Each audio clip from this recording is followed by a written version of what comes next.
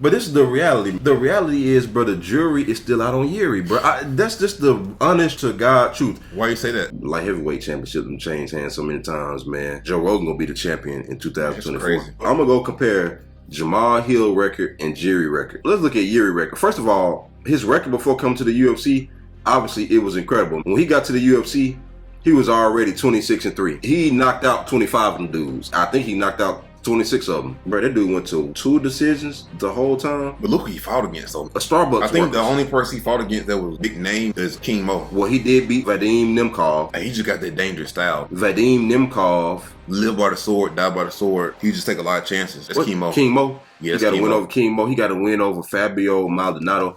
CB Dalloway. But these guys, I'm not trying to make excuses, man. These are good people to beat to get into the UFC. But at the same time, these guys were kind of over the hill. Okay, let's get to the UFC. He beat Volkan. Okay, that's good. Great debut.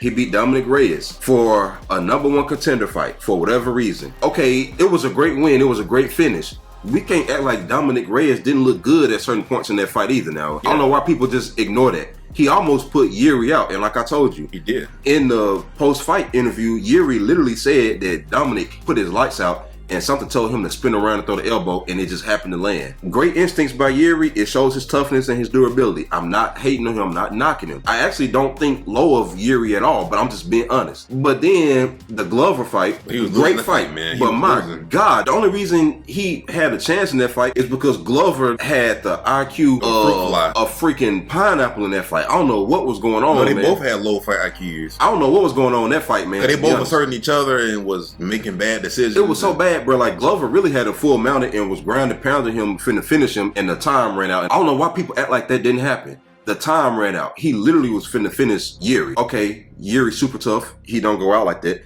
He almost got knocked out like 10 times, and Glover, for whatever reason, kept going for takedowns and just doing weird stuff. It looked like something was off with Glover that fight, man. I've never seen Glover look like that. It looked like it was more Glover messing up than Yuri doing the right thing. But obviously, Yuri did the #1 right thing. He stayed alive. And he went for his opportunity and won the belt. I'm not hating on him. That's just the honest truth. But then after that, he got injured or whatever, had to relinquish the belt. People act like Yuri was going to reign and dominate for years like he was the next John Jones. Okay, Magomed and Jan end up fighting for the vacant belt. Whatever, that had a weird decision. Jan probably should have lost that fight. Magomed should have won. So then we get Jamal Hill and Glover. So let's go look at Jamal Hill. Man, we go look at Jamal Hill. Similar opponent, at least in Darko. And then Jamal Hill actually got more accomplished in shorter time and in the UFC. No, he didn't get more accomplished in shorter time. Look at all I'm saying. Look at all the fights that Yuri had to get to that point. But look at the amount of fights that Jamal had to get to that fight. You talking about total fights? His record is 12-1. Old boy was 26-3. You see what I'm saying? Yeah. And then let's say after they fought Darko, a few more fights later, Jamal Hill won the belt. After Darko was fight number 13 for Yuri. But my point is, there was only one fight where Jamal had a mishap, and that was Paul Craig. And you can't run that fight back because we know what would happen. Yeah. But then, how come nobody counted against Yuri that Yuri got 3 losses? Yuri been TKO'd. He been submitted and he been knocked out again. Nobody hold 3 losses against Yuri, but they hold 1 loss against Jamal. Come on, man. What are we doing, bro? Okay, so now let's keep going. Then he knocked out Jimmy Crute. They didn't really give him a chance in that fight. Then he beat Johnny Walker. They didn't really give him a chance in that fight. They said Johnny was going to be the next. Even the OSP fight. They didn't really give him a chance in that fight either. Then Thiago Santos, they were saying, well, Thiago's coming back and, you know, he went 5 rounds with John Jones and all this stuff. With 2 bad knees, which all that is true. They had a good back and forth fight. Jamal, he got over the hill, crossed the hurdle, poured it on him, got him out of there, sent him to the PFL. I don't even think Thiago Santos in the PFL. I think he got caught for performance enhancing over there. Oh, God. Performance fighting league. But anyway. Ooh. But anyway, the point is, then you get Glover. Jamal Hill actually had to fight him on short notice in Glover's home country and for 5 rounds. And stylistically, Glover is a terrible matchup for Jamal, according to the naysayers. Jamal go out there and put on one of the most dominant title fight performances we've ever seen, and nobody says anything. But then they got on us when I said that Jamal should be ranked at least 1 ranking ahead of Brandon Moreno, because Brandon Moreno had 4 title fights before he was able to just be the champion. Yeah. And it's like Jamal had 1 opportunity. Bro, if you at the NBA and they giving you a half court shot and you make it on the first try, to get $10,000, That's more impressive than somebody who had 4 opportunities and they finally got it. And they say that Jamal should be ranked lower than Brandon Moreno because the light heavyweight division is thin.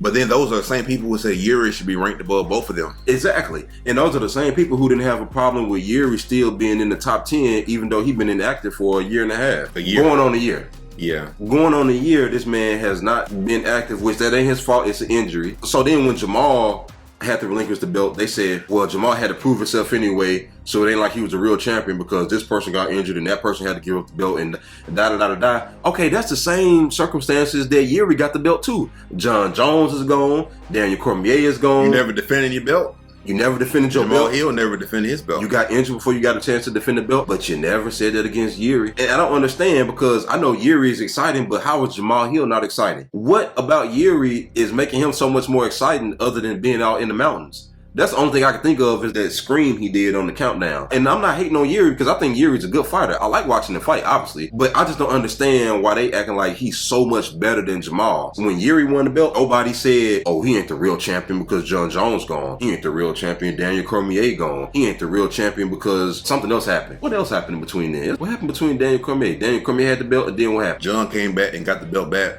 And then he gave it up. Jan and Dominic Reyes fought for it, and Jan became champion. Okay, when Jan got the belt, they wasn't talking all that, oh, it ain't the real belt because John Jones gave it up. And then when Glover beat him, nobody said all that. They said, oh, Glover got the belt. And I was rooting for Glover because I've been watching him since before WEC. He was on the Tap Out show with Mask and all those guys way back in the day. Been rooting for him. Nobody was saying John Jones this and John Jones that. Nobody took away from Glover's legacy when he actually had a title defense and failed to defend the belt. Nobody, that didn't take away from his legacy. But then Jamal get injured and all of a sudden he ain't the real champion and he didn't defend his belt in the first place and he shouldn't be ranked that high on the pound for pound list. But yet Jiří is sitting comfortably at, let me go check, let me see, because I'm sure he's still up there. Probably like number 10. Jiří is still number 14. Jiří is 14 and Jamal is 15. A few months ago when we was talking about this conversation over the summer when we went live, Jiří was like number 7 or something. Like he was like up there crazy. I'm like, how Yuri up there and he ain't even been fighting? I think the rankings don't really mean nothing at this point. It's a popularity contest. Man, if it's a popularity contest, just say that. Because ain't nothing wrong with it. He got a bigger fan base. What did Yuri do to become a household name? That's what I'm being.